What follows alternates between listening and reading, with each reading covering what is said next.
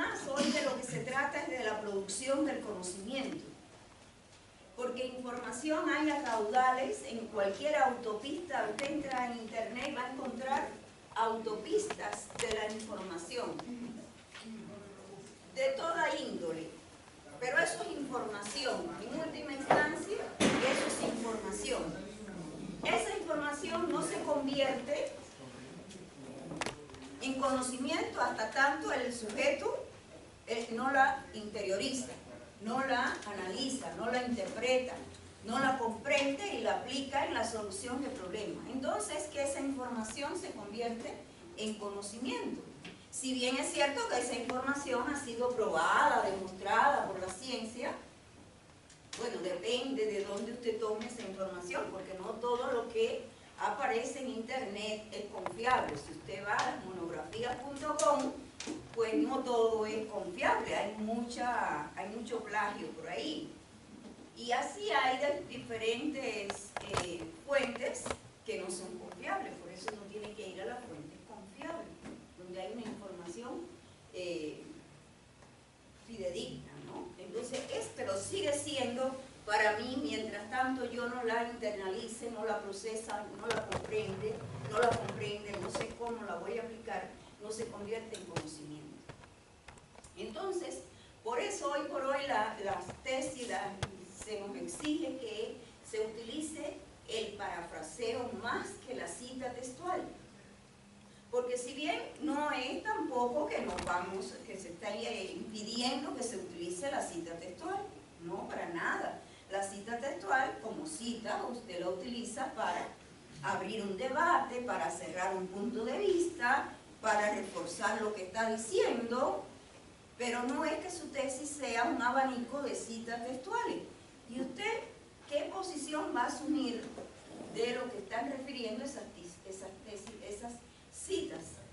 Entonces, por eso, como hoy se habla de la producción de conocimiento, nos llaman al parafraseo, porque el parafraseo no es más que una internalización del sujeto de esa información, cómo la interpreta, cómo la analiza, cómo la comprende y cómo la exterioriza a través de la producción de conocimiento. Si nosotros vamos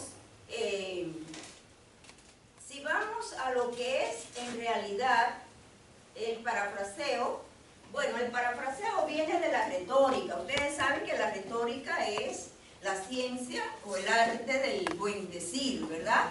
Del comunicar con un verbo preciso, elocuente, expresivo, que llegue a calar en lo que estamos diciendo, cómo lo decimos, para persuadir al auditorio. De eso se trata.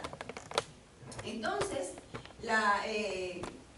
el parafraseo es una estrategia que nos ayuda, como les decía ahorita, a interpretar, analizar, interpretar y ampliar aquello que está referido en un concepto, en una categoría conceptual, ¿verdad? Para estar a tono con lo que ustedes están investigando, las categorías a priorísticas.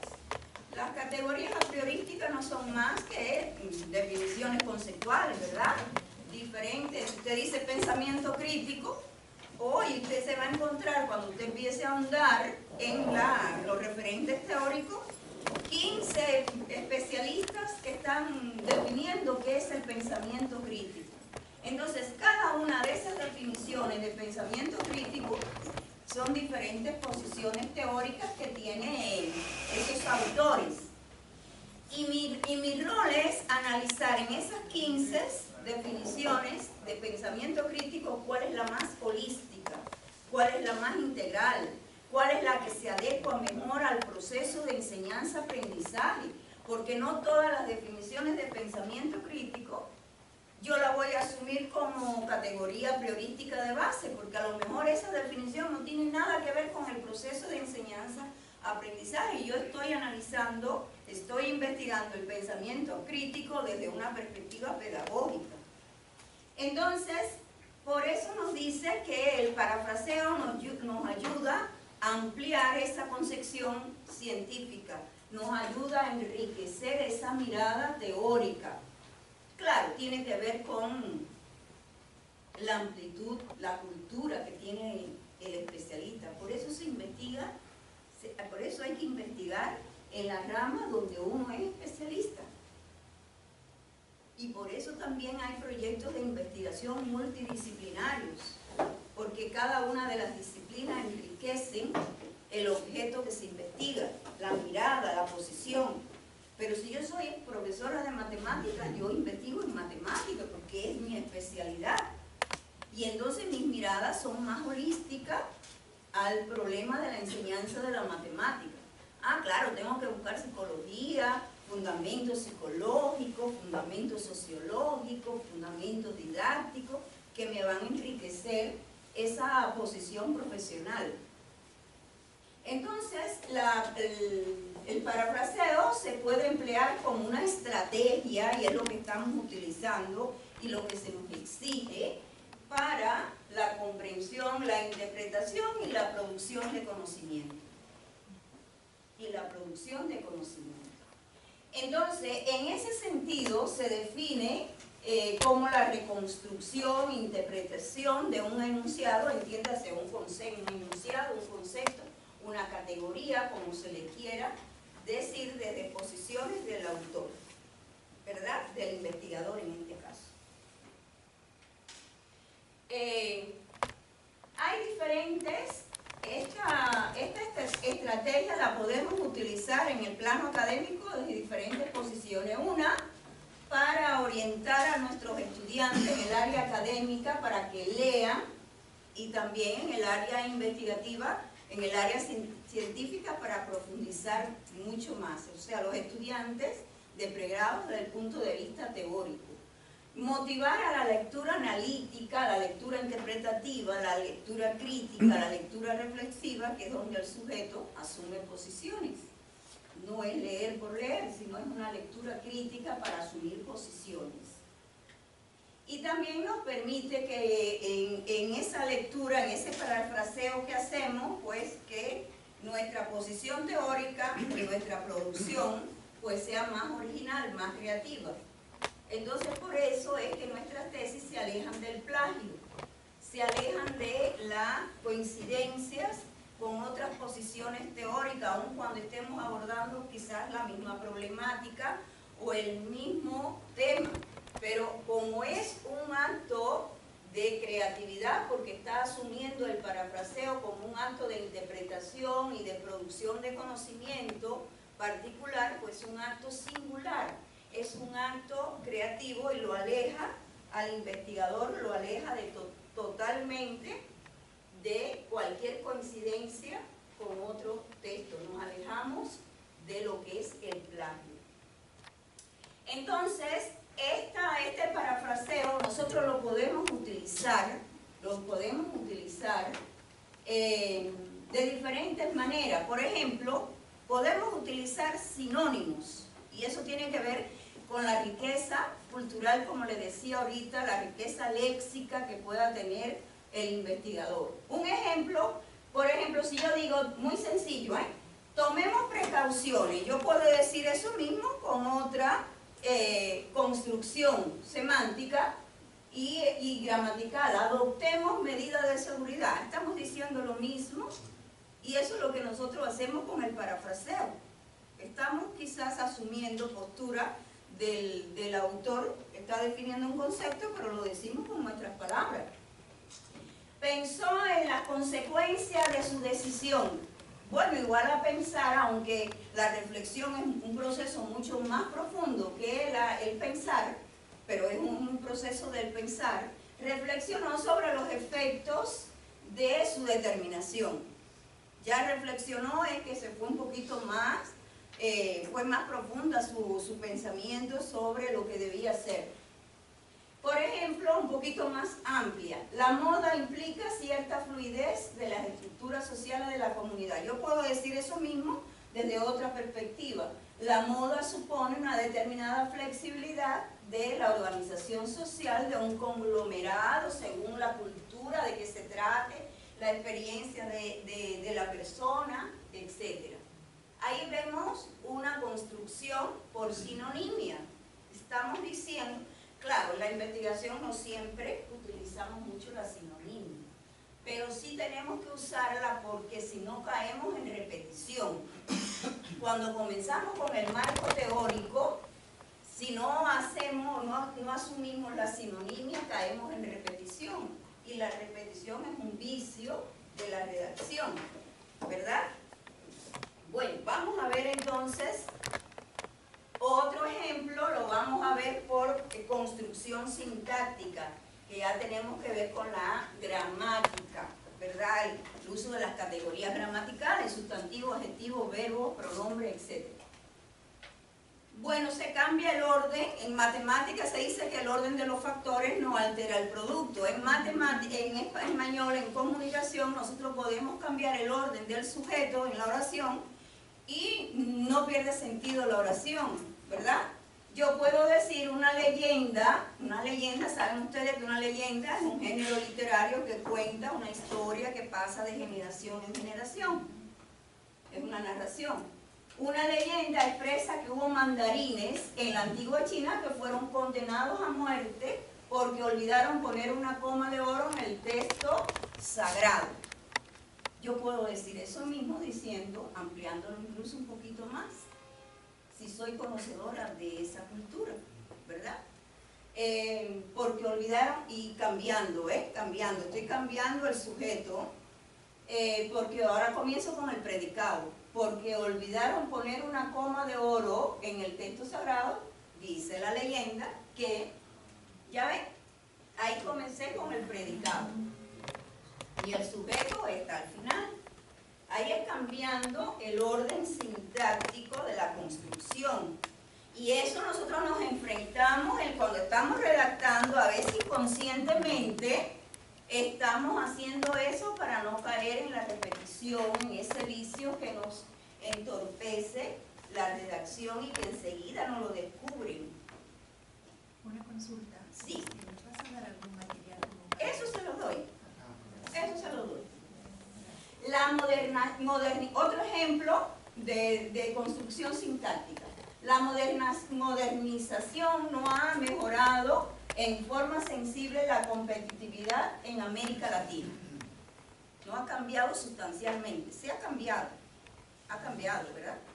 Pero no sustancialmente, porque nuestras raíces identitarias no han cambiado y no van a cambiar con la pseudocultura que nos están poniendo a través de la televisión, a través de diferentes medios.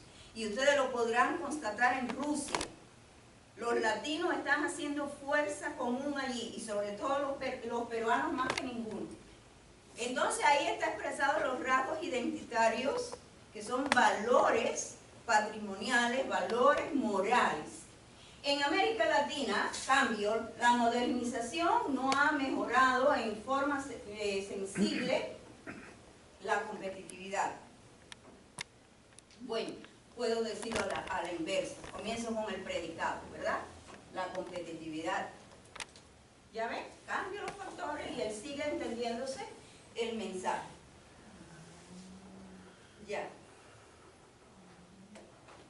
Cambio de perspectiva. ¿Saben lo que es perspectiva, verdad? Perspectiva es una posición teórica, una orientación. Entonces, ya tú le pasas esto después a ellos, ¿no? Están pidiendo el material al final. Se introduce una variación, esta consiste en que se introduce una variación en el punto de vista adoptado por el autor del tema de base. Por ejemplo, la idea de hacer un reportaje fotográfico fue algo que nunca pasó por mi cabeza en ese entonces. En realidad, fue en el mismo proceso de trabajo donde aprendí a hacer un relato. Lo está contando en primera persona. En el último, esto lo estoy contando en tercera. Ya no estoy inmiscuido ahí, ¿ves? La idea de hacer un reportaje fotográfico fue algo que nunca pasó por su cabeza en ese entonces. Ustedes tienen que escribir la tesis en tercera persona. Y les digo más, cuando van a sustentar empiezan ustedes a decir, mi problema, mi objetivo, mi no sé qué, mi incorrecto, ese sentido de pertenencia a la investigación no cabe, es tercera persona. El problema que se investiga es, el objetivo general es no mío, eso no es de ustedes. En primero, que el conocimiento no es privativo de nadie. El conocimiento se produce para la comunidad. Una vez que usted accede al conocimiento, está en el deber de compartirlo, de socializarlo. Entonces, desde esa perspectiva, no puedo hablar con esa vehemencia de que es mi problema de investigación. No es su problema de investigación, es el problema de investigación de su campo profesional, que usted está en el deber de ponerle ciencia para resolverlo o para minimizar el efecto negativo. Entonces ese lenguaje también lo cambiamos en el plano oral y en el plano escrito estamos como tercera persona. El problema que se investiga, sí. Al hacer este cambio, los programas que detectan plagio no lo detectan así como tal. Al hacer punto por cambiar por mí, sí. O sea, la persona ya no lo sí te detectan, te lo señala todo lo que está mal redactado y lo que coincide con otras fuentes. Ese tema es como si fuera un pulpo, el Turnitin. Entras tu trabajo ahí y él te lo conecta con todo lo que hay en las redes. Puede que pueda existir en lo gráfico otra tesis, pero no está en internet, esa no te la detecta, como es claro. Pero lo que está en internet, y no solo eso. Miren, usar muchas comillas se lo señala el Turnitin, porque la comilla se asocia a la cita textual. Si usted pone muchas comillas, se lo señala. Si usted pone los métodos científicos que ustedes ponen en el proyecto, el método histórico-lógico, el análisis y la síntesis, y no se le ponía autoría, fuente, no se le ponía, solo se ponía el método histórico-lógico, un método que nos sirve para analizar cómo el objeto investigado ha ido evolucionando en el tiempo y se utilizará en la investigación para tal, pero ahora tiene que ponerle la fuente. Porque si usted no pone en la fuente que es Cisterna o es Vizcarra o es Hernández, pues se lo está adjudicando usted y se lo está poniendo como plagio. Nosotros hemos dicho coincidencia para no herirlo a ustedes porque están iniciándose, pero en realidad es plagio. Lo que nos señala el Turnitin es plagio. ¿Ya? Pero ustedes, como se están iniciando en eso, nosotros les hemos querido decir que es coincidencia porque a veces se cae en eso sin querer, sin una intención de copiar nada. Ese es un ejemplo que le estoy diciendo de los métodos. Entonces, los métodos, hay primero que decir, el método según Vizcarra o Cisterna es tal, más cual, se utilizará en la investigación para, y usted no le va a señalar nada. ¿De acuerdo? Eso va sin comillas. No, con comillas nada más pone la cita textual. Cita textual es lo único que lleva comillas. Dice la guía APA. Por donde quiera que nos vayamos con la cita, con las comillas estamos mal. Léanse la guía y ustedes verán que no hay comillas para nada, solo la cita textual. La cita textual sí va entre comillas con la fuente y la página. Claro. Sí. ¿De acuerdo? Otra consulta. El hecho de que este cambio de perspectiva lo hagamos de primera a tercera persona o el anterior del cambio sintáctico que es realmente empezar con el predicado, ya de por sí se puede interpretar eso como un parafraseo. Claro que sí. Pero generalmente eso tú lo usas cuando ya tú vas desarrollando. Tú haces una introducción y ya cuando vas en el desarrollo de esa introducción, de ese comentario que estás haciendo, todo comentario, todo tópico, todo epígrafe del marco teórico, tiene que empezar por una introducción. Si yo voy a hablar en mi epígrafe del marco teórico, yo voy a hablar fundamentos teóricos del aprendizaje, yo no voy a comenzar diciendo, Vygotsky dijo que el aprendizaje es tal y más cual. Yo tengo que hacer una breve introducción, ¿no? El aprendizaje es un proceso complejo que ha sido abordado por diferentes psicólogos de diferentes posiciones ideológicas. ¿Ya? Y cuando sigues desarrollando ese epígrafe, tú te puedes utilizar el cambio. Pero claro, al abrir un tópico no vas a utilizar ese cambio de lleno porque no tendría razón. Sí, la razón de mi duda es porque si tomamos nosotros el punto 1, como si fuera un texto de cita textual de cualquier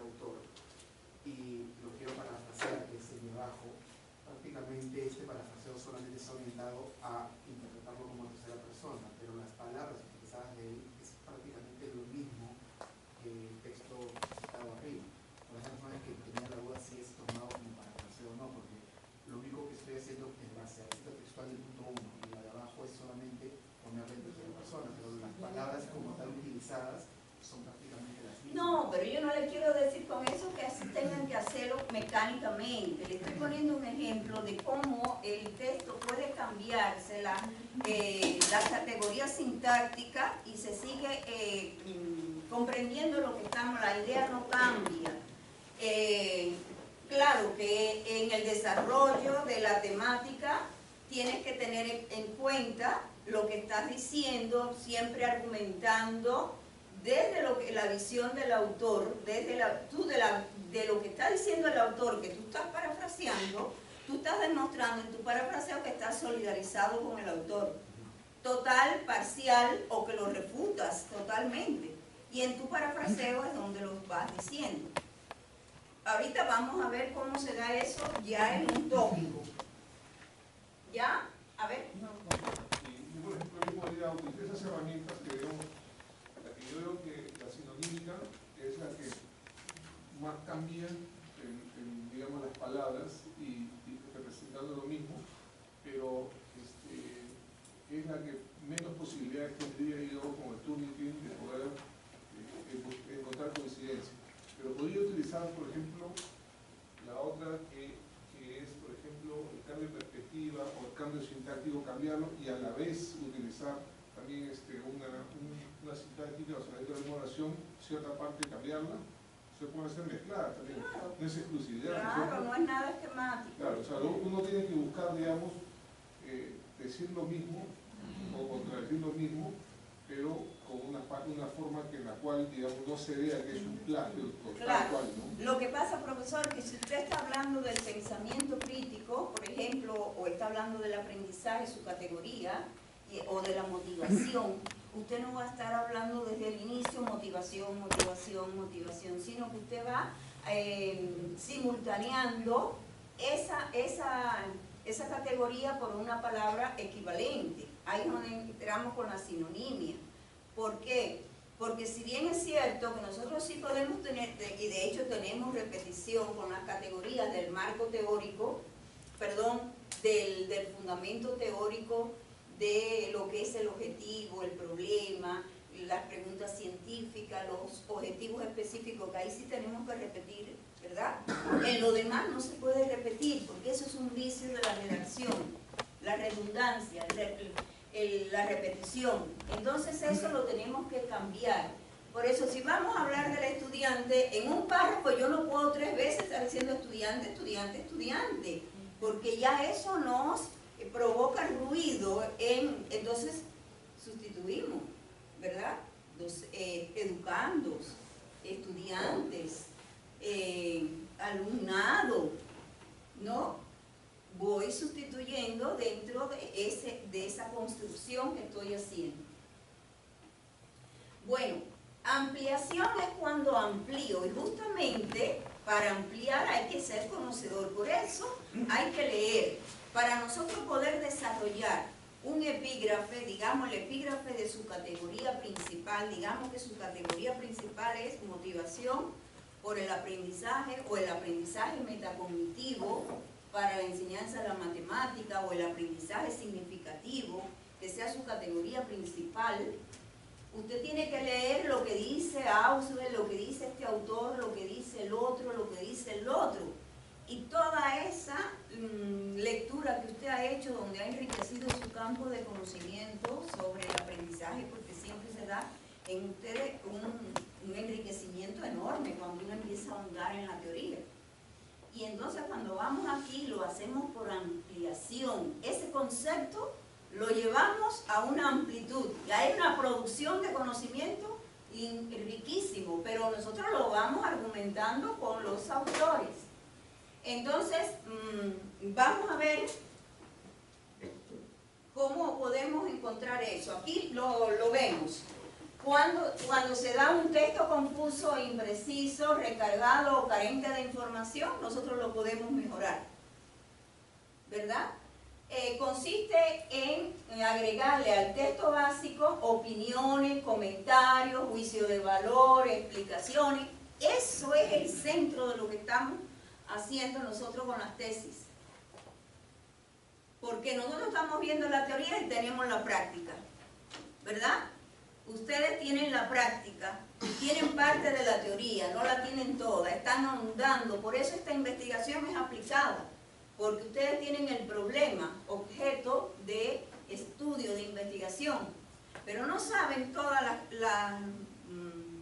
las causas por las que se genera ese problema, y ustedes están yendo a la teoría, ¿verdad? Y ahora se enriquecen de esa teoría y vuelven y entonces tienen una visión más holística de por qué se da ese problema. Y eso es lo que está ocurriendo aquí, a través de los procesos lógicos del pensamiento, del análisis, la síntesis, la comparación, la relación con lo que dice ese autor, con lo que yo conozco, con mi experiencia. Entonces, eso es lo que nos estamos diciendo aquí en la segunda parte. Ese es el parafraseo, que se enriquece, se amplía, se refuta, se solidariza con lo que está diciendo. Cuando tú dices, igual posición al respecto, Tobón refiere, ahí usted está diciendo que lo que está diciendo ese autor, Tobón, está enriqueciendo cuando él dice que la competencia científica no solo aborda lo conceptual, sino que aborda también lo procedimental y lo actitudinal. Lo está enriqueciendo usted con otro punto de vista de otro autor. Pero para hacer eso hay que leer. Hay que leer. Y en este otro dice, este mecanismo se utiliza con el objetivo de mejorar el texto básico, ¿no? Es decir, su sencillez, ampliarlo con el propósito de esclarecer o llevar el mensaje a lo que uno quiere. En este caso, lo que yo quiero, yo estoy sistematizando los fundamentos teóricos del aprendizaje metacognitivo y hacia eso lo quiero llevar. ¿Van entendiendo? Sí. Ahora lo van a entender mejor porque lo van a ver en un ejemplo, cómo les he redactado. Por ejemplo, en las bolsas de valores, las cotizaciones tuvieron un ligero retroceso. Muy escueto, ese enunciado. Debajo yo lo enriquezco, lo amplío. En la bolsa de valores de los países europeos, las cotizaciones tuvieron esta semana un ligero retroceso de medio punto superior a otros momentos históricos, según afirma, ya estoy diciendo que es un autor. Ya no lo estoy diciendo solamente yo, ¿no? Lo digo yo, por supuesto, pero lo refuerzo con una autoridad, un especialista del campo, ese que se trata. Así mismo tienen que hacerlo ustedes. Porque en este caso, por ejemplo, uno no inicia la oración diciendo, por ejemplo, según dice tal, sino estoy reforzando nomás al final. Claro, el profesor está diciendo, puede ser al final, puede ser al inicio, puede ser al medio. El profesor está aludiendo a lo que son los conectores, ¿verdad? Los conectores al respecto, según fulano, de modo tal, otra visión tiene tal autor, no una posición más integradora, tiene tal autor. Hay diferentes maneras de conectar y eso se llaman los conectores. Una consulta más. Cuando en algún momento me indicaron o me aconsejaron que en cada una de las categorías, subcategorías, yo digamos, debería tener siempre en los textos cita textual, paráfrasis y una opinión, una postura personal, para que pueda ser enriquecida. ¿Es cierto eso o tiene eso, no es una norma? No, en investigación no hay nada, lo que es escritura, redacción, no hay nada temático. La cita textual la puede usar, pero lo que más tiene que usar es el parafraseo. Porque cuando usted dice, por ejemplo, Vygotsky definió la zona de desarrollo próximo sobre tal, y usted no lo dice como lo dijo Vygotsky, pero tampoco usted puede decir un disparate alejado a lo que dijo Vygotsky, que la zona de desarrollo próximo es la distancia que media entre lo que el sujeto hace de manera autónoma y solo, independiente, y lo que puede llegar a hacer con la ayuda de otro. Así usted lo comenta, pero no lo dice textual, como dice Vygotsky. Y usted desarrolla 2 páginas así, y es más rica que poniendo cita. Claro, también para cerrar o para abrir puede poner una cita textual.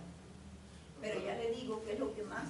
Disculpe, pero acompañada justamente a lo que dijo el señor compañero, si nosotros justamente hacemos ese punto de parafraseo, podría inclusive registrarse más si después de ese parafraseo yo acompaño un punto de vista, un comentario, un análisis, algo que he parafraseado profesionalmente. Parafraseo es una forma en cómo yo interpreto la cita textual directa que no estoy colocando. Claro.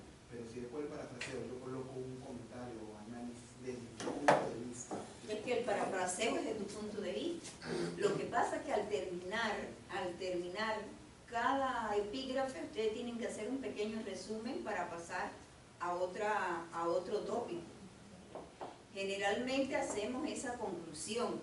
Si yo estoy trabajando, por ejemplo, lo que les decía ahorita del aprendizaje metacognitivo, y cuando hablamos del aprendizaje comunicativo hay diferentes posiciones, que hoy está reforzado por lo que nos dice Francisco Mora, que es un neuropedagogo, y está reforzado por David Bueno, que dice cómo intervienen el cerebro, las emociones en la producción del aprendizaje, porque nos dice Francisco Mora que emoción, cognición, el binomio, dice él, me lo he aprendido tal cual, el binomio cognición, emoción, es consustancial, es funcional del cerebro.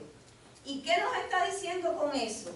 Que las emociones positivas abren, es como una senda que se abre toda esa zona límbica para que fluya la información al raciocinio y el estudiante procesa la información y se convierte en un aprendizaje a largo plazo, porque el alumno lo ha construido desde la satisfacción, desde la alegría, desde una emoción positiva que le genera el haber comprendido ese campo del saber que está analizando, el mismo hecho de haber comprendido ya le genera satisfacción. Por el contrario, cuando el alumno se vuelve torpe, no tiene orientación, está insatisfecho, pues hace rechazo porque no comprende, no procesa. Eso es lo que nos está llamando y los invito a que lean a Francisco Mora en neuropedagogía, no en neurociencia. Nosotros no somos neurólogos. Nosotros lo que necesitamos saber que las emociones, los afectos, el amor, el cariño, eso interviene en el proceso de construcción del conocimiento. Mientras más motivado, más interesado esté el estudiante, más aprehensión hay del conocimiento. Eso está demostrado por la ciencia. Entonces nosotros no podemos ir detrás, en contra de la ciencia. Francisco Mora, neuropedagogo. Y el otro grande también se llama David Bueno. El de Francisco Mora se llama Cómo enseñar con el cerebro, algo así, las emociones. Ahora no lo tengo aquí, pero se lo puedo facilitar. Si le llegó el material de diferencia entre la didáctica, la estrategia didáctica y la estrategia metodológica, que ya les mandó, he escrito un material que les he mandado donde está la diferencia entre las dos y que es una estrategia didáctica como un producto científico y que es una estrategia metodológica. Ahí está Francisco Mora, ahí está como referencia. ¿Eso se lo envió a qué grupo? Yo se lo di a Jan y él me dijo que se lo mandaba a todos ustedes. Se lo iba a llevar dirigir a todos ustedes. Ahorita él viene. Bueno, entonces, ese es un ejemplo de cómo podemos ampliar o simplificar. Para no detenernos más aquí, ese mensaje, ese enunciado, miren cómo lo podemos amplificar. Eso es lo que hacemos generalmente cuando estamos desarrollando el marco teórico, ¿no? Arriba está diciendo que algunos afirman que la simplificación de un mercado con muchos dependientes, pues es el éxito de buscar un mercado donde hay un autoservicio, porque porque no hay personas para que lo atiendan a los usuarios, a los clientes, cuando en realidad lo que hay detrás de eso escondido es una gran base económica para ahorrar al empresario, ¿ya? Y ahí está dicho debajo, ¿ves? Afirman que la simplificación es la clave del éxito comercial del autoservicio. Atiéndete tú mismo, ya que no se dispone de personas o empleados que se dediquen a esa actividad. Esta es una nueva concepción que hoy día caracteriza a los comerciantes modernos que tienen flexibilidad en cómo realizar este oficio y de ser más rentable. Ahí está eso como un eufemismo, más rentable, ser más, tener más plusvalía, más ganancia, lo que hay detrás de eso. Le sirva a usted también, ¿cuánto se ahorra? Bueno, eso es lo que dice la ley del mercado, ¿no? Una consulta. El parafraseo, discúlpeme, hay algunas palabras que están literalmente escritas, repetidas abajo. O sea, eso no lo reconoce el Turnitin como... No. El parafraseo no le reconoce nada de coincidencia. El parafraseo, ya les digo, es una producción que le da totalmente autorización al investigador y lo enriquece, es creativo totalmente. El hecho de que tú utilices en tu redacción lo que está abordado por el autor de base tiene que estar, porque si no, tú estás parafraseando, tú estás enjuiciando, tú estás criticando, tú estás valorando lo que él dijo. Por lo tanto, tienes que retomar lo que él ha referido, pero desde tu perspectiva, desde tu posición holística, o como dice Humberto Eco, del universo del saber de cada uno. ¿Ya? Bueno, generalmente hacemos comentarios científicos, y el comentario científico tiene tres momentos importantes, como todo comentario: introducción, desarrollo y conclusiones. Un tópico del marco teórico generalmente tiene 2 o página y media para pasar al otro tópico. Y en ese sentido nosotros comenzamos el comentario del tópico o del epígrafe con un breve esbozo, como les decía ahorita. Después viene el desarrollo, donde utilizamos todo eso de sinonimia, de las construcciones sintácticas, cambiando el orden. Depende, ¿no?, de la construcción. ¿Y cómo concluyo? ¿Cómo cierro para terminar eso, para pasar a otro tópico? Porque la tesis, el marco teórico, no es una masa amorfa ahí de definiciones de conceptos y conceptos y conceptos. Todo tiene que estar concatenado coherentemente. Entonces, en la introducción damos un esbozo de qué vamos a tratar. Por ejemplo, les ponía ahorita, si voy a tratar de la lectura, la comprensión de lectura, comienzo hablando de la lectura, qué importancia tiene la lectura, qué han dicho algunos escritores o especialistas sobre la lectura. Y de ahí empiezo a referenciar y a asumir posiciones, que es el cuerpo, donde doy argumentos, ¿verdad? Argumentos para persuadir, argumentos para sistematizar esa idea que tengo. Y en las conclusiones reafirmo el juicio que estoy valorando. Generalmente en las conclusiones, como nuestras tesis son pedagógicas, nosotros decimos en esas conclusiones el valor que tiene lo que hemos abordado teóricamente para el ejercicio de la pedagogía en el aula, para el maestro, qué valor tiene para el maestro para dirigir el proceso de enseñanza-aprendizaje, o para la familia, si es que abordo la familia, según el tema de que se trata. Entonces, voy a comenzar con un ejemplo. Voy a comenzar con el ejemplo de la lectura. Miren ahí el comentario, estoy abriendo el epígrafe de importancia de la lectura del marco teórico.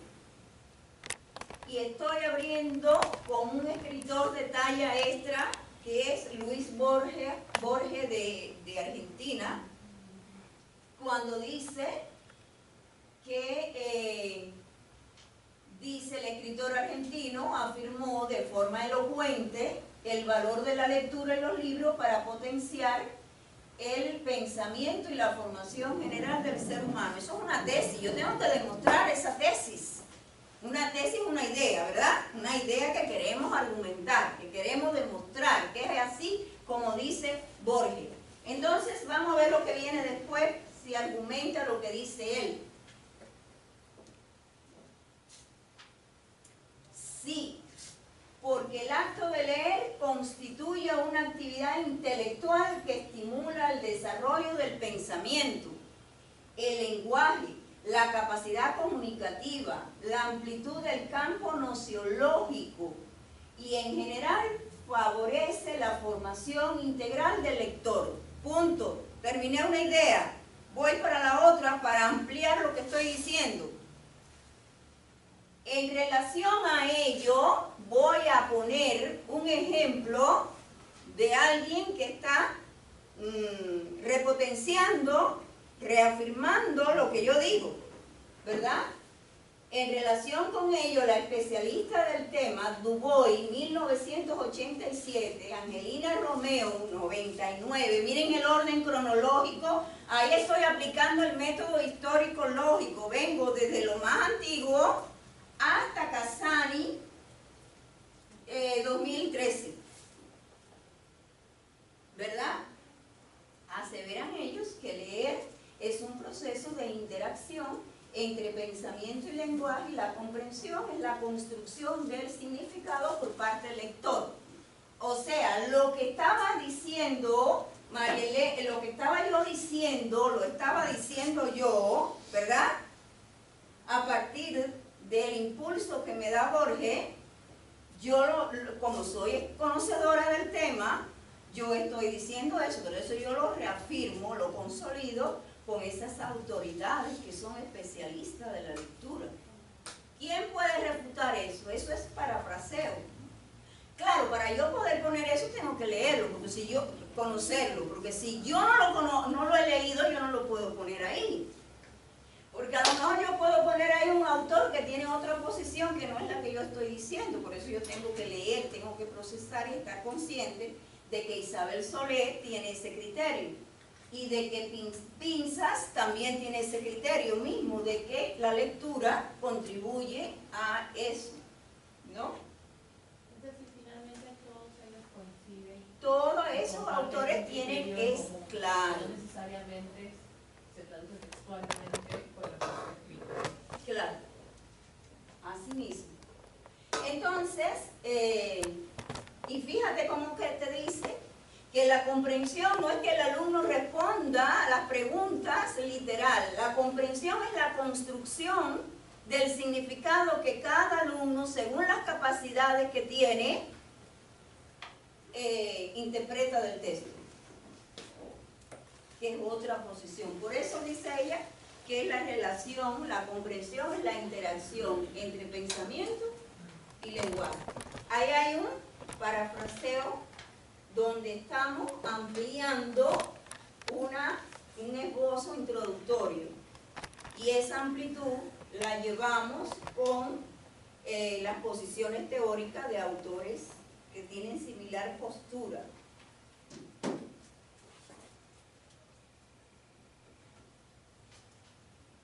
Pero no termina ahí.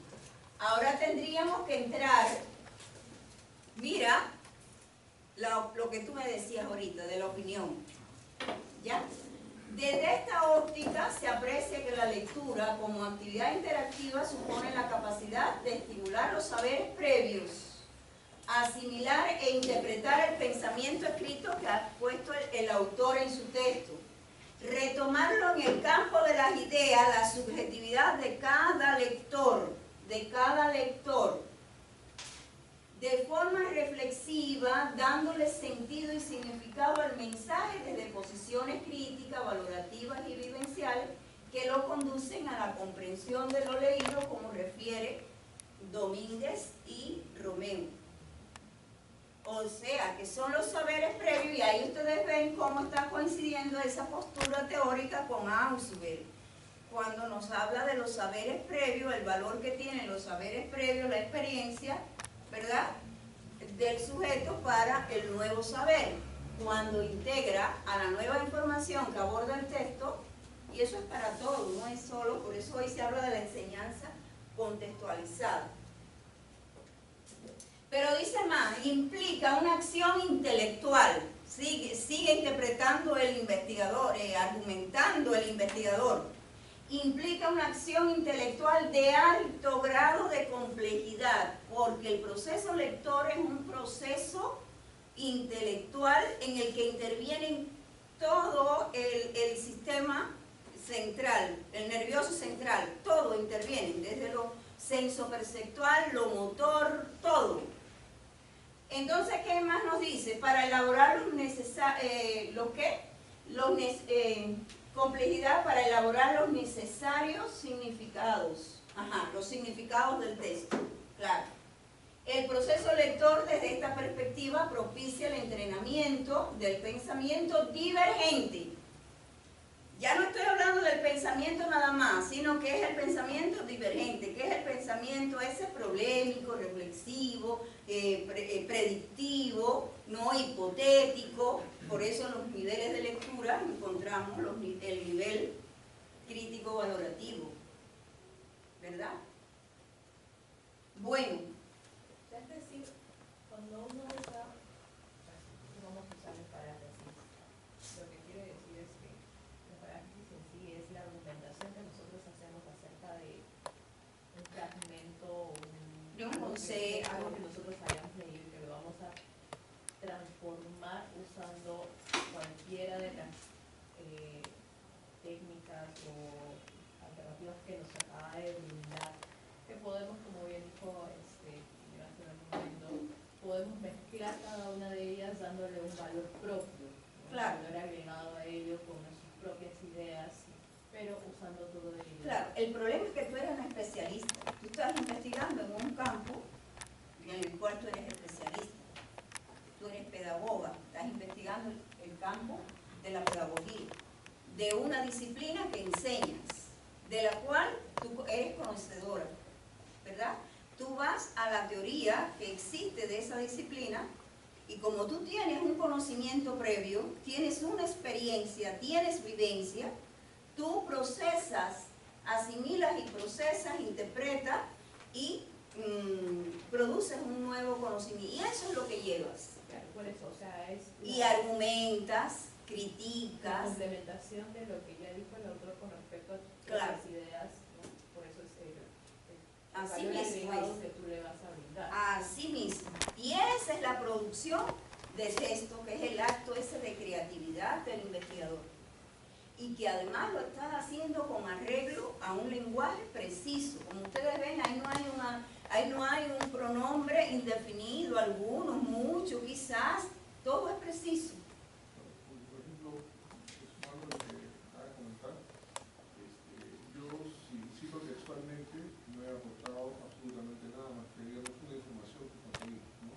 Si yo hago una paráfrasis, tal vez hice otra perspectiva, pero cuando yo hago digamos, yo pongo mi opinión personal sobre lo investigado, ahí sí hay un aporte. Hay un aporte porque hay un aporte creativo donde yo doy libertad para poder expresar que es una perspectiva de lo investigado, ¿no? Claro. Pues ahí sí hay crecimiento. Claro. La cita puede ser para reforzar, la cita tiene un valor para reforzar, para cerrar un comentario o para abrirlo, tal cual. Ahí en ese que pusimos de Borges, pudiéramos haberlo puesto textual y de ahí derivar todo ese análisis. Pero el análisis tiene que enrumbarse en función de lo que están diciendo ustedes. De la lectura, la interpretación, ¿verdad? La interpretación y la producción de texto, que es esta opinión que está vertiendo el investigador. Porque todo es, como ustedes ven ahí, una opinión, lo que es una opinión que se revela desde la ciencia, no es una opinión a ultranza, es una opinión desde la ciencia.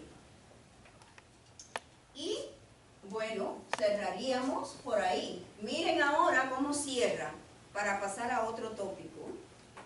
Desde esta perspectiva, perspectiva se necesita que los docentes se capaciten en estos referentes teóricos para que interioricen que la lectura como actividad interactiva conduce a la comprensión de lo leído por los estudiantes. La lectura interactiva.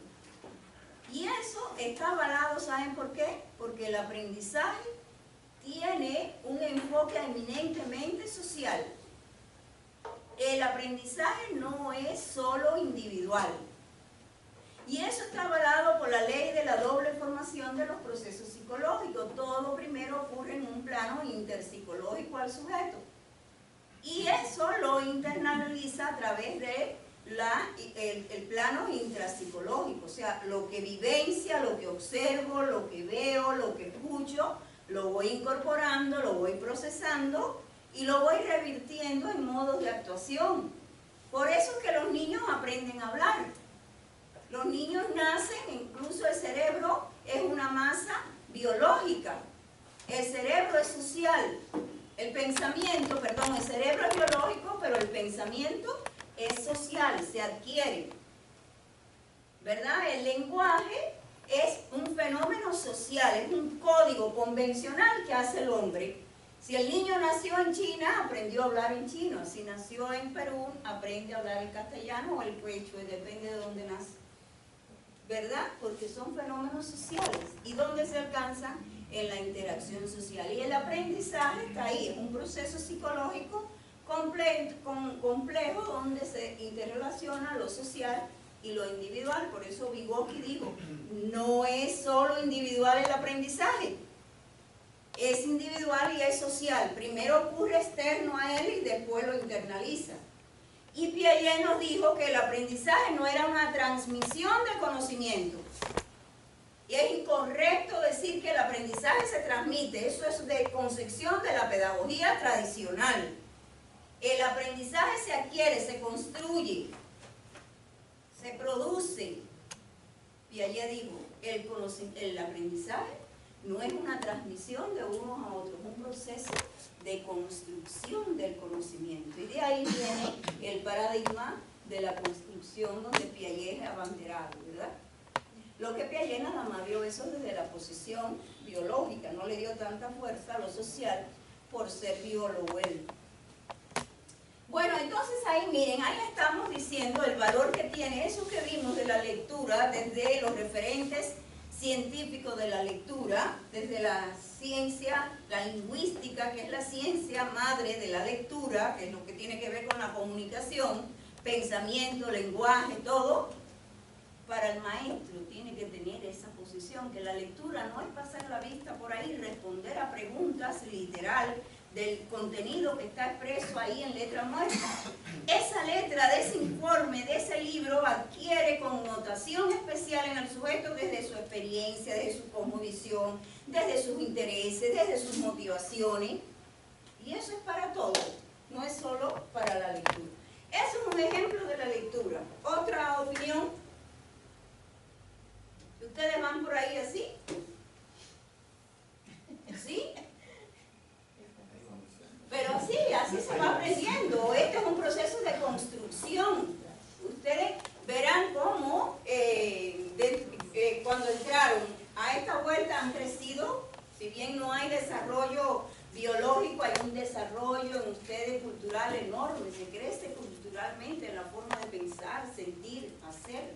Y eso es lo más importante. En realidad, por ejemplo, o sea, como lo expreso, la parte, o sea, mientras más busques tú un referente y estar tal cual, o sea, prácticamente encontrar la idea central, no te va a permitir nunca crear, porque para crear tienes que recibir conceptos, interiorizar, reflexionar y sacar tu propia idea. Claro. La medida en la cual tú puedas, digamos, ese pensamiento que quieres de un crítico, plasmarlo, dejarlo libremente que fluya, y entonces esa parte tú la puedes redactar, después la corregir y más o menos la vas dando una idea y aportando un poco de valor a ese crítico, ¿no? Una mirada personal, desde lo general a lo personal.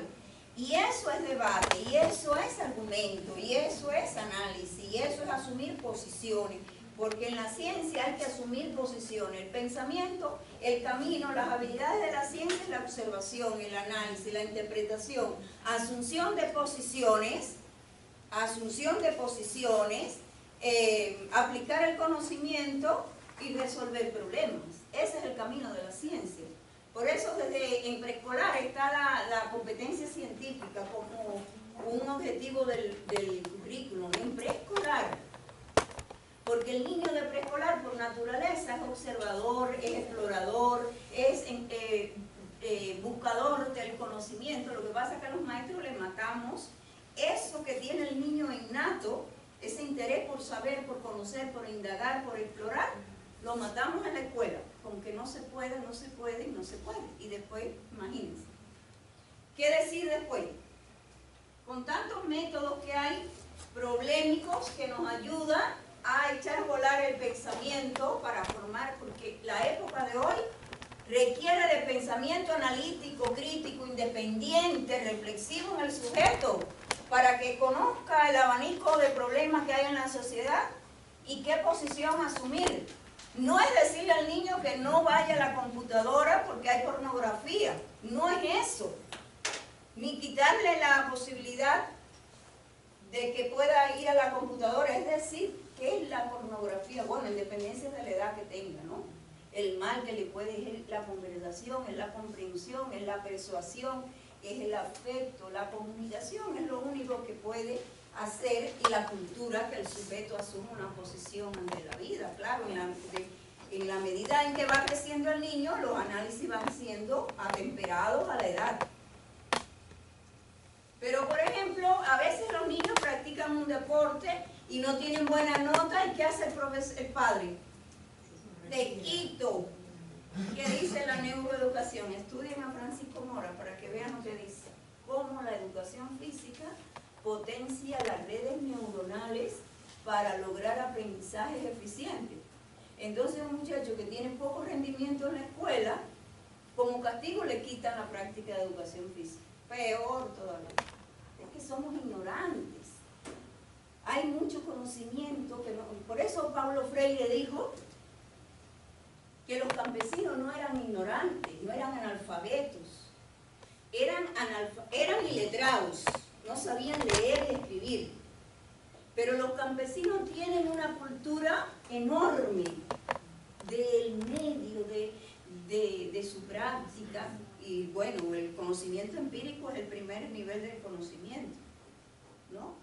Entonces, de eso se trata, de ese conocimiento que debemos potenciar de donde viene el estudiante, de la enseñanza, relacionarla con los saberes que tiene de su contexto, las palabras generadoras del conocimiento, del saber que tiene el estudiante.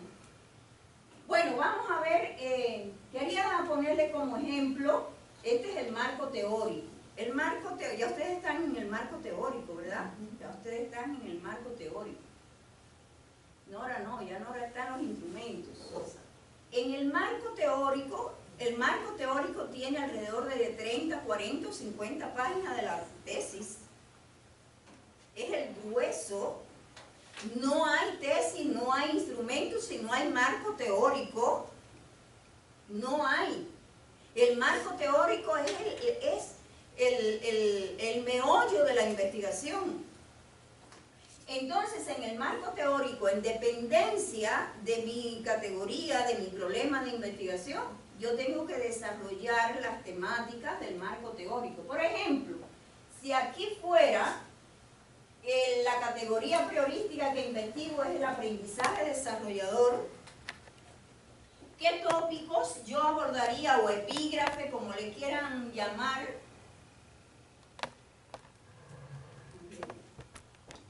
Ya, ¿cuál tú me estás? Ajá, sí, ya. Ese capítulo, la tesis tiene 3 capítulos. Un capítulo de marco teórico, uno de diagnóstico de campo y uno de propuesta. En el diagnóstico, en el capítulo 1, que es marco teórico, cuando nosotros comenzamos en la tesis a desarrollarla, siempre hacemos una breve introducción refiriendo de qué trata ese capítulo. Un breve esbozo. Este capítulo presenta los fundamentos teóricos, didácticos, sencillos, del tema que estoy investigando. Y de ahí yo voy a desarrollar las temáticas o las epígrafes. Y no puede ser que sea definición de pensamiento crítico, definición de no sé cuánto, de definición, no puede ser así. Por ejemplo, lo primero es los antecedentes de las investigaciones realizadas, tanto en el ámbito nacional, internacional como nacional, sobre el tema que yo estoy investigando. Y ahí para la tesis tienen que ser 5 internacionales y 5 nacionales. Y eso sería lo primero que yo desarrollaría en ese epígrafe. Y al terminar, yo tengo que hacer un pequeño resumen, como me está diciendo él, y él muy bien, que diga para qué me sirvió la revisión de esas tesis. La revisión de las tesis realizadas sirvió para ampliar los conocimientos teóricos y metodológicos sobre el tema investigado, y se ha corroborado, se ha corroborado cómo el tema ha sido tratado desde perspectivas, desde metodologías de la investigación diferentes, haciendo propuestas para resolver el problema, pero aún persiste el problema, no solo en el Perú, sino en otras latitudes, porque si no existiera el problema, ustedes no investigan, se investiga un problema, se hace una investigación cuando hay un problema. ¿Eso es en general o es por cada antecedente? Por cada epígrafe. Por cada epígrafe. Después viene un breve bosquejo histórico si desea o no el investigador, pero generalmente uno hace un breve bosquejo de cómo el pensamiento crítico, si fuera mío el aprendizaje desarrollador, ha sido tratado en el proceso de enseñanza-aprendizaje. Después abordo el grueso, que es la categoría en sí, aunque desde que vengo analizando los antecedentes, ya vengo abordando, porque ¿qué antecedentes estoy viendo? Los del pensamiento crítico, de la categoría mía. No voy a estar viendo otra tesis que no tenga que ver con mi categoría. Después veo la potencialidad. ¿Dónde estoy investigando yo? En matemática. Entonces yo tengo que ver qué potencialidades tiene la matemática para desarrollar el pensamiento crítico. Es un ejemplo hipotético, no es que esto sea el esquema, le estoy dando alguna idea. Y por último, como yo voy a proponer una estrategia metodológica, pues yo tengo que conceptualizar qué es una estrategia metodológica. ¿Es lo mismo una estrategia metodológica que métodos? ¿Es lo mismo una estrategia metodológica para aplicarla en una clase simple a una estrategia metodológica como un producto científico derivado de una investigación? ¿Qué debe tener una estrategia metodológica como producto? ¿Cuál es la estructura? Todo eso yo lo abordo grosso modo en ese epígrafe, y ahí termino mi marco teórico. Pero entre uno y otro yo tengo que hacer, como él dijo, unas pequeñas conclusiones para pasar al otro, porque si no son trozos de cosas que no tienen que ver una con la otra, es como si fueran parches. Y tiene que haber una coherencia, porque en investigación todo es metodológico. Prima eso. Por ejemplo, en la parte de la introducción, ¿no?, que podría ser, digamos, los antecedentes, el contexto histórico, y yo me voy al corazón, a lo esencial, ¿no?, que es la parte, en esta parte teórica, es todos los fundamentos teóricos que voy a ver, ¿no? Claro. Entonces, digamos, lo que yo debería desarrollar es exactamente eso, porque si yo, por ejemplo, desarrollo demasiado los antecedentes históricos, ¿no?, yo hago mucho texto, pero no digo nada, porque en realidad lo que me interesa es los fundamentos epistemológicos de base para el pensamiento crítico. Entonces yo tengo que centrarme en eso, ampliar esa parte, ¿no? Claro, lo que pasa es que la investigación no es que ustedes van a poner ahí la tesis de que se trate. Ahí sencillamente lo que hay que poner, el investigador, el año, la metodología que aplicó, el lugar donde la aplicó y la población, la muestra, los métodos que aplicó y las conclusiones, nada más. Porque ustedes van a poner esa tesis en las referencias. ahí no se trata de volcar esa tesis ahí lo que se hace sencillamente es un resumen que indique que efectivamente usted ha consultado la fuente, porque para uno investigar una problemática tiene que conocer los antecedentes. ¿Para qué? Para no repetir lo mismo que hizo el otro, no proponer lo mismo, porque lo que hizo el otro yo lo tengo que analizar y adecuarlo a mis características.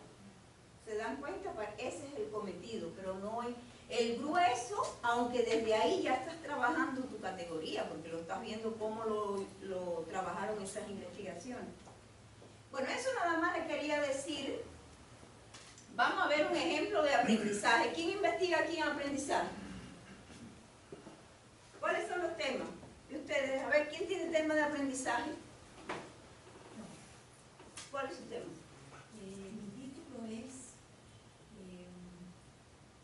Estrategia didáctica basada en herramientas digitales para optimizar el aprendizaje en alumnos de la maestría. Ya. ¿Otro título? Abierto de lógica para contribuir a la enseñanza-aprendizaje con alumnos contacto. Inclusive. Ya. ¿Otro? Uno que no, o sea, de todas maneras todas tienen algo que ver con el aprendizaje, ¿no? Pero directamente con la palabra. No, pero hay algunos que estudian específicamente tipos de aprendizaje. Primero dice estrategia didáctica basada en la tecnología ubicua para desarrollar competencias técnicas. La competencia es aprendizaje. Claro. Claro. Como aprendizaje, pero sí está en el Claro. No, es que la competencia es resultado del aprendizaje, Claro. ¿verdad? La competencia sistematizada, ¿verdad? La competencia implica conocimiento, procedimiento y habilidades. Entonces, y la competencia no se logra en una clase, sino que es un sistema de clase que va a llevar a la postre la competencia, que es el saber hacer en su grado total, ¿no? El virtuosismo, la destreza, que es lo más, pero se logra a través de un sistema de clase. Por ejemplo, en esta parte de competencias técnicas para el personal de mantenimiento de una aerolínea comercial, así específicamente, he buscado mucho, pero muy poco contenido encontrado. Para esa especificidad, ahí está su acto de aportar. Está muy Su especializado. contribución.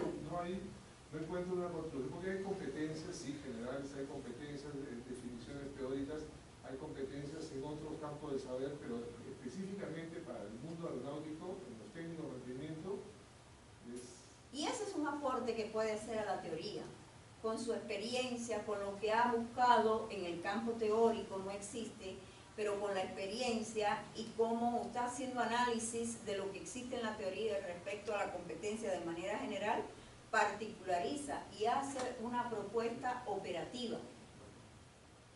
Bueno, vamos a ver entonces sobre aprendizaje. Por eso le preguntaba, porque hay quien está en el aprendizaje metacognitivo o está en el desarrollo de las habilidades para las TIC, las tecnologías de la información, o hay quien está en las competencias, como está él, o ahí está el otro que está desarrollando Desarrollo de capacidades.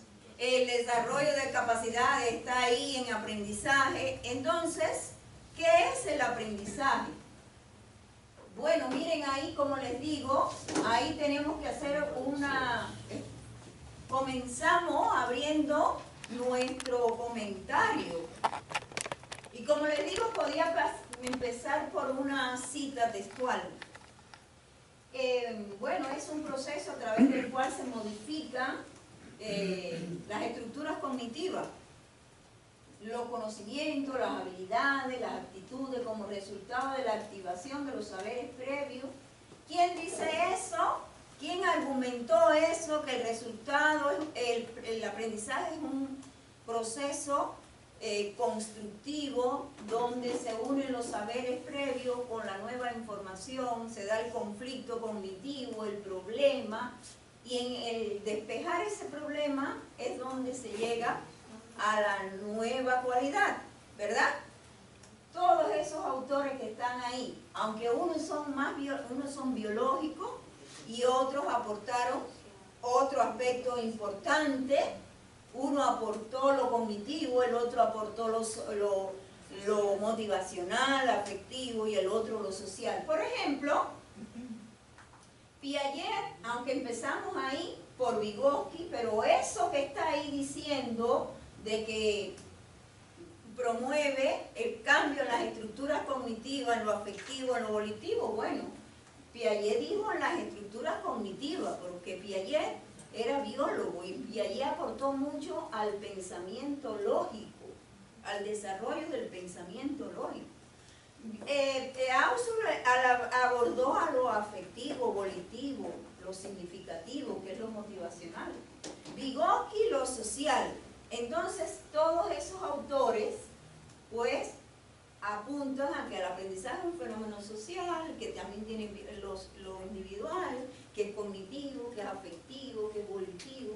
Incluso ahí se debe incorporar Mora, porque Mora hoy nos está diciendo, y David Bueno, que las emociones, bueno, ya les dije lo que nos dice de que en el cerebro el binomio de cognición, emoción, que ya eso es lo máximo, ¿no?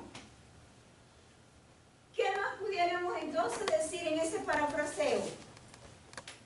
Bueno, pero ya cuando me dispongo a escribir es porque ya he leído los 4 libros. ¿Ya?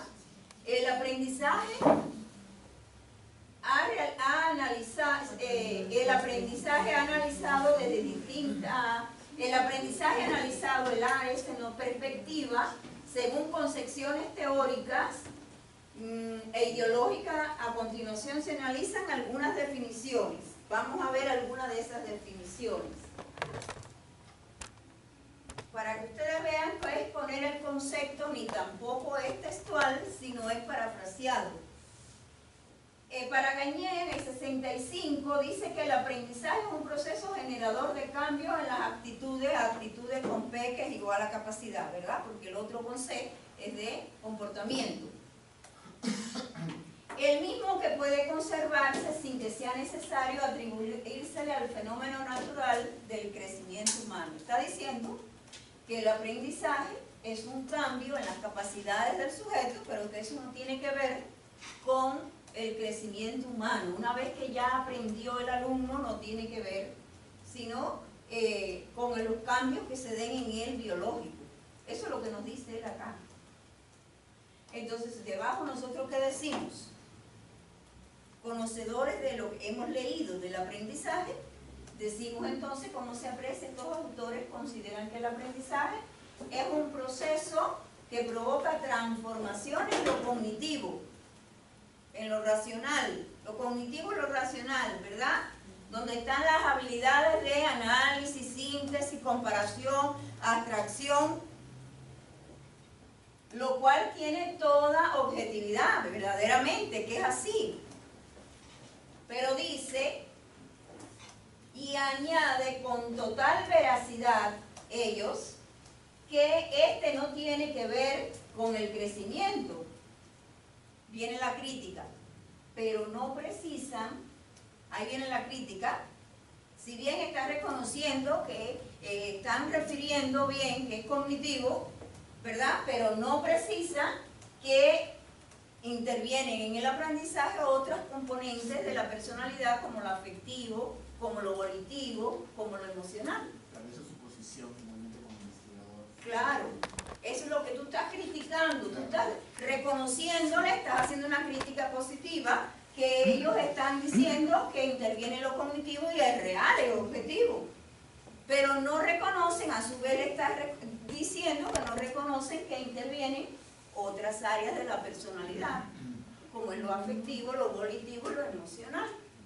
Ahí ven, ¿lo ven? Ajá, lo ven muy bien. A partir de ese párrafo te da la oportunidad de poder abrir otro párrafo que pueda complementar aquello. Muy bien, excelente. Con lo que, Si tú lo fueras a hacer, ¿qué harías? no sé, quizás citaría, por ejemplo, si estoy hablando del aprendizaje que interviene en otros procesos, empezaría a hablar de aprendizaje significativo. Claro, muy bien. Hablaría de Ausubel, hablaría de, no sé,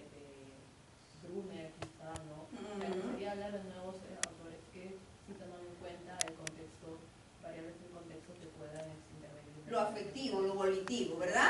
Claro, si ahí le estoy criticando que no tienen en cuenta otras características de la personalidad, tengo que entrar muy bien, como dice ella, con un análisis donde cite otras fuentes que sí lo reconozcan. Ahí está. Dice, por su parte, Piaget mostró un gran aporte teórico al considerar al aprendizaje como un proceso activo de construcción de conocimiento. Se le está reconociendo a Piaget eso ahí, ¿verdad? Por el sujeto, lo cual es relevante, pero no explica el rol de la esfera afectiva motivacional, no lo explicita en su obra. Y así como hay que escribirlo, ¿no? En tal sentido, Ausubel, ¿ves? Muy bien, como tú dijiste, en tal sentido, Ausubel añade que el aprendizaje, además de lo cognitivo, interviene lo significativo. ¿Y lo significativo qué es? Afectivo, motivacional, donde el sujeto le da interés porque conoce la importancia de lo que está aprendiendo. ¿Sí?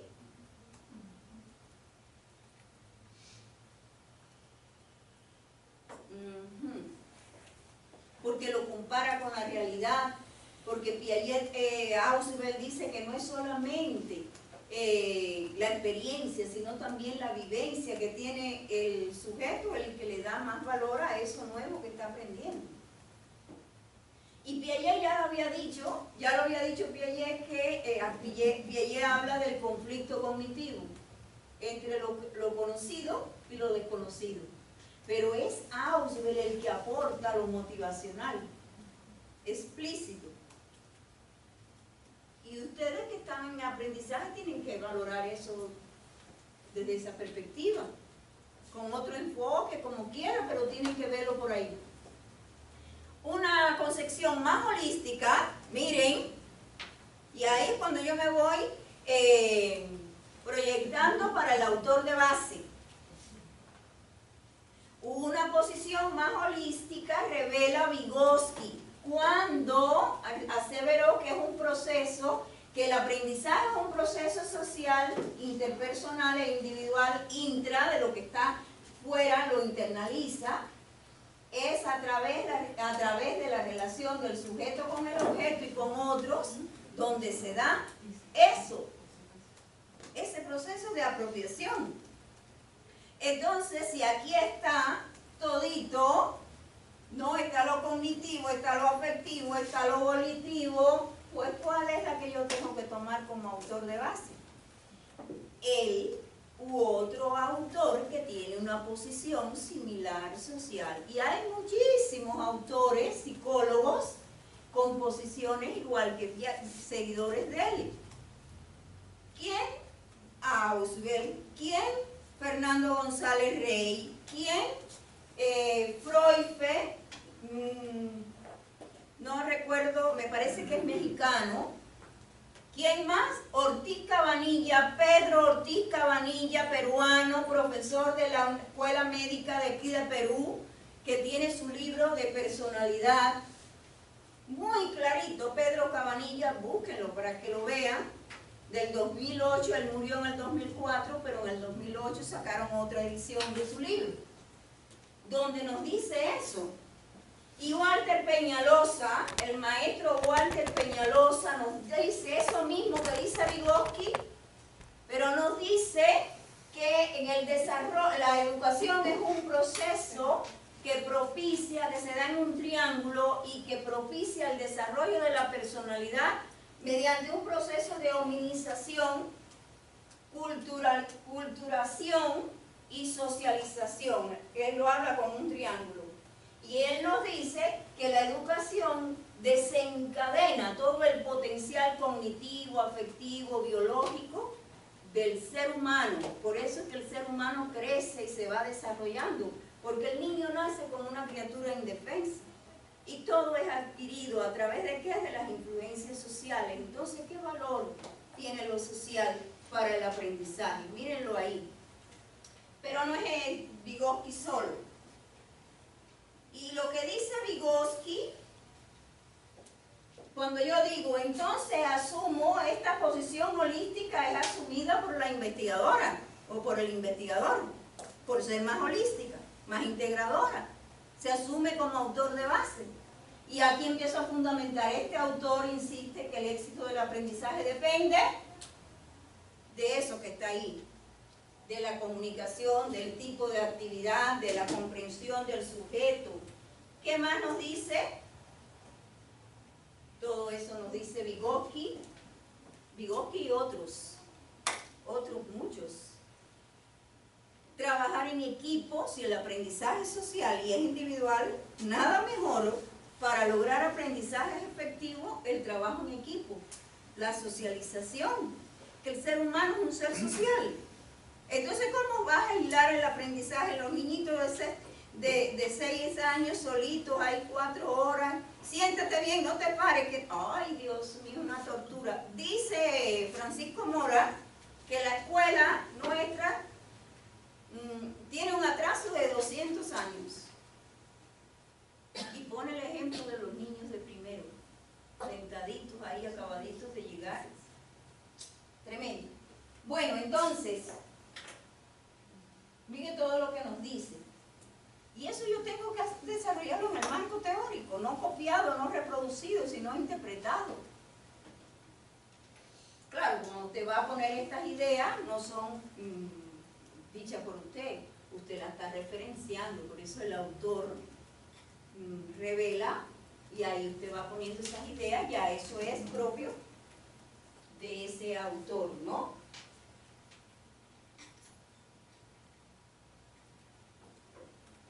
Y para terminar, creo que se lo llevo hasta Francisco Mora, claro.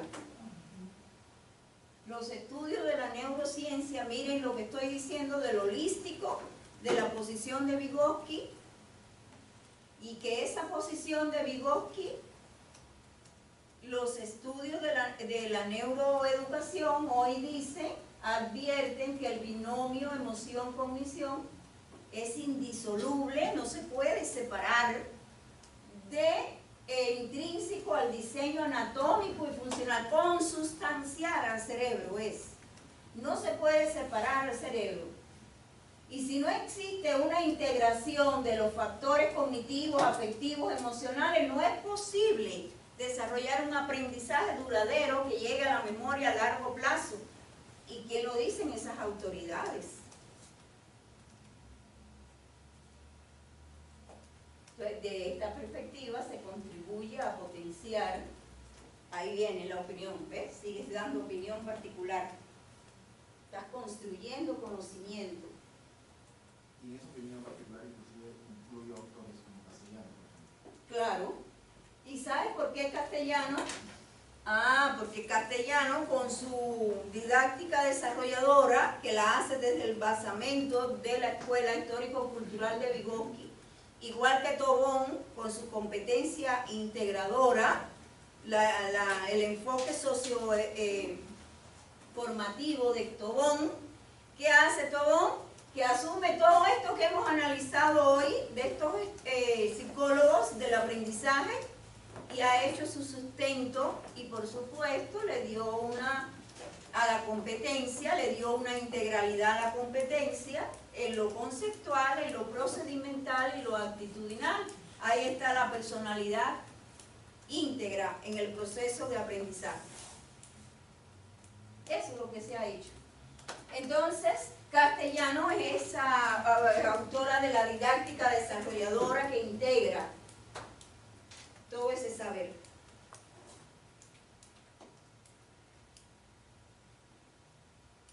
¿Qué les parece? Muy interesante. Tenía otro concepto que quiero ofrecer. Esto me ha aclarado mucho el panorama. Muy bien, me alegra muchísimo. Ese es el parafraseo, cómo nosotros interpretamos y esa interpretación cómo la llevamos. Primero leemos, comprendemos lo que leemos, esa comprensión la llevamos a un nivel mayor que la interpretación, la relacionamos con el contexto de nuestra proposición y lo llevamos al plano escrito. Pero no absolutizando nuestro punto de vista, sino evidenciando nuestro punto de vista, pero corroborándolo con lo de los especialistas que tienen, claro, claro. Igual el pensamiento crítico. ¿Alguno está investigando sobre el pensamiento crítico? No. Bueno, se me olvidó traerle los links. Nosotros hemos escrito, estamos promocionando los artículos que hemos escrito aquí en la universidad, que están en las revistas indexadas, con el propósito que ustedes lo utilicen como fuente, porque estamos en el deber de que socializar nosotros con ustedes eso. Hemos hecho dos artículos que están en las revistas españolas indexadas. REICE se llama, Revista Iberoamericana de Educación. Uno es de preescolar y el otro es de secundaria, de dos estudiantes que hicieron su maestría aquí, y eso lo llevamos a los artículos. Y es sobre pensamiento crítico en preescolar, ¿eh? Entonces, si alguno está estudiando está investigando ese tema, pues ahí le estoy dando igualito lo que acabo de hacer con las demás categorías. Igual, estos son especialistas de pensamiento crítico. Y aunque ustedes no lo estén investigando, pero sí lo pueden usar en determinados momentos para reforzar, porque cuando ustedes dicen en sus tesis, en su fundamento, que hay que desarrollar el pensamiento crítico en los estudiantes, que es el pensamiento ese reflexivo, de la observación, del análisis, de la interpretación, como dice Ellis 2000, él es un especialista de todos esos que les he puesto ahí, son especialistas teóricos del pensamiento crítico, con varios libros. Entonces,